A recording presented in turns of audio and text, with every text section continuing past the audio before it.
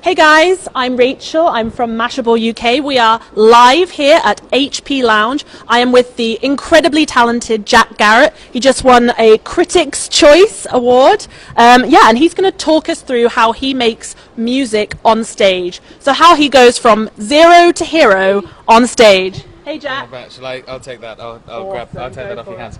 Hi everyone. Hey, how you doing? I'll give you a quick run through of this thing. That I try and do. Yeah, the technical terminology is this is a thing. I've been doing a kind of a basic version of this for about 2.5 years with keyboard right here and then drum pads right here. And I have it's only me up on stage, kind of playing these two things either at the same time or looping one of them and playing the other one in sequence. And then I also have a guitar around my neck at certain points, and I play that at the same time as well. So I've been doing that for about 2.5 years. A lot of people ask me if I use loop pedals and things, or if I have things on backing tracks, or if I've got anything like if anyone's pressing play on the side of the stage. There is none of that at all. I have no loop pedals. I've got I've got like a Akai, an LPD8, which I use to, which I can. It's just up here, so it's just these buttons, these like beautiful flashy little things, which I use to loop up certain parts of my keyboard, and then everything else, all the other sounds, all the triggering, I do myself on here. So it gives me complete control of all of the sonic elements of the live show, but also means that if I hit anything, everything kind of stops and there's like quiet, apart from all the things that I'm physically playing. So yeah, there's no pressure at all to keep going and make things sound good. But then on top of that, I've just added more things. So I've got this is the Mini Moog Voyager, which I've been really falling in love with. I think actually I picked up like the last one that they had in Europe for some reason, because they've discontinued this now. But this is a beast. I use this for all of my bass sounds. I've kind of had to match it all. This is a real life analog synth for all the kids out there.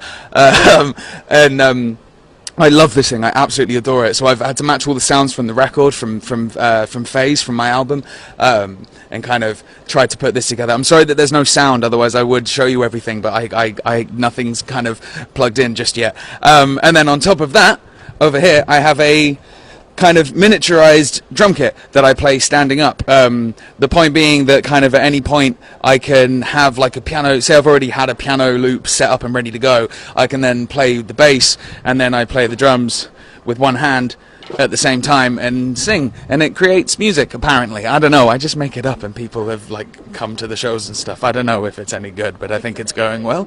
But yeah, that's kind of a brief rundown of this kind of stuff. And then guitars and stuff, really minimal pedal setup, just a tube screamer after the late great Stevie Ray Vaughan. He got me hooked on these, then the Boss Super Octave, and then I'm using the another mini Moog device, the drive pedal that they offer for guitars and stuff, and that's kind of it. That's where we are, I think. I hope that was informative and that you guys understood it and that you could see my face.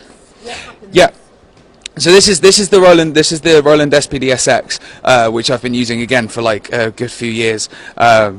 And absolutely loving it. What's been really interesting is that I've actually been speaking to Roland recently about how it's used in my set, because they've noticed that it's being used in a way that they weren't intending it to be used. And I know that they've been in touch with lots of different artists who use the SPD-SX because it's such an important piece of equipment for live technology. And for live kind of electronic music. They've been getting in touch with all these people using it, trying to find out how it's being used by the people who have, bought the thing. And it's been really interesting because I hit it really hard, and it breaks a lot. And that's one of the things that they've been talking to me about how could they look into fixing that in the future, or how can I look into, do I need to change the way I play it, or is it about the hardware, is it about me, kind of thing.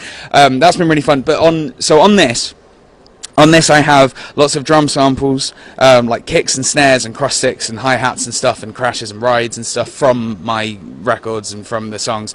And then I also have this hooked up to a laptop side of stage, and I through the laptop, trigger other kind of sample elements. So like certain vocal samples that are used in songs of mine, like in a song of mine called The Love You Given, there's a vocal sample I use by a musician called Lisa Fisher. So like that's up on a laptop that I can use there, and then I can do different program changes, and I've got like filters and other kind of reverby and delays effects and stuff which I play around with on these knobs here. And then on top of that there's like other triggers for synths and stuff that I physically don't have the appendages to play. That's all kind of going through the laptop, but again I trigger it free hand in time here. I don't have a click in my ears or anything, so again if I don't hit it in time I ruin the show. So yeah. Do you ever feel kind of overwhelmed by it, or are you so used to multitasking? No, constantly overwhelmed by everything and terrified, and I never know if it's ever going to work, and hopefully it will. I'm really excited about watching it all come into play. Yeah. Have there been any like disasters ever? Has anything not worked? Any disasters or anything not worked? Yes, yeah. Actually, quite recently, I had a show out in America where nothing wanted to work. It's a weird one. Technology is a weird one, and I love being able to just play the instruments. Like I love just playing the piano and I love playing the guitar. But this is where I get to kind of flourish and really try and become the musician I kind of am still trying to be, or still developing as. But sometimes the technological gods can go, no, you suck today, and I'm not going to let anything work for you, which has happened a couple of times. But yeah. So how important is tech to your music?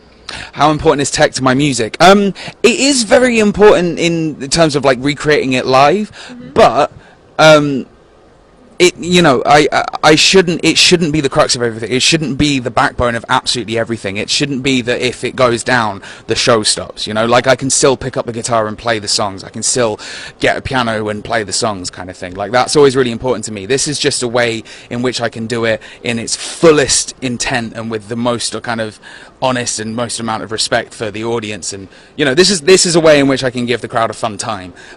So tech is important, but it's not the be all and end all of everything. Yeah. So just to wrap up, if you could just name everything that you said. Just wrapping up, naming everything. Okay, so from left to right we've got, so this is the Mini Moog Voyager, which is a beautiful synthesizer made by the Moog company. Then just a nice MIDI keyboard with two Akai LPD8s, which I use for looping and other effects controls and stuff. And then I've got the Roland SPD-SX with two of the Roland BT-1s as side triggers. And then bunch of drums with lovely sounding Zildjian stuff, which is great. Yeah, which has been amazing. And then my pedals, I've got again the Ibanez Tube Screamer. I've got the Boss Super Octave, the OC3, and the Mini Fuga, the drive pedal from Moog, and that's kind of pretty much it. Oh yeah, then a Fender Stratocaster, which is my baby. That's Margaret. She's my favourite guitar in the world. Yep, that's Margaret, named after my late grandmother. I got that the day after she passed. And then I use an orange Rockerverb Mark III, which is amazing.